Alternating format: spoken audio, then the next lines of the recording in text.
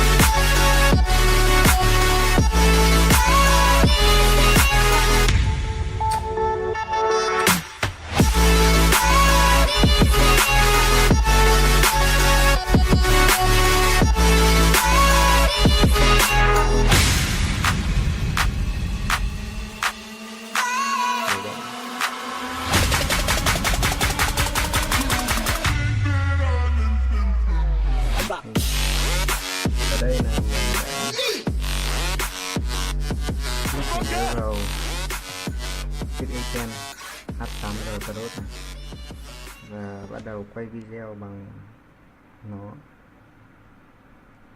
rộng thật các bạn ạ.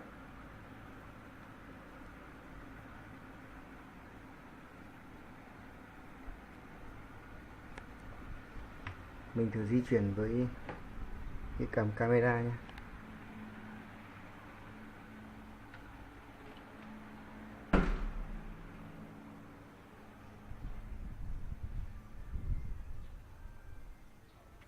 Đây.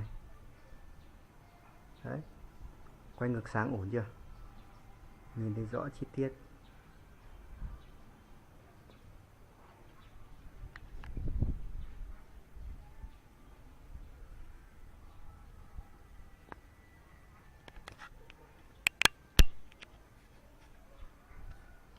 Mình bắt đầu di chuyển với cường độ mạnh hơn, xem khả năng chống rung của camera.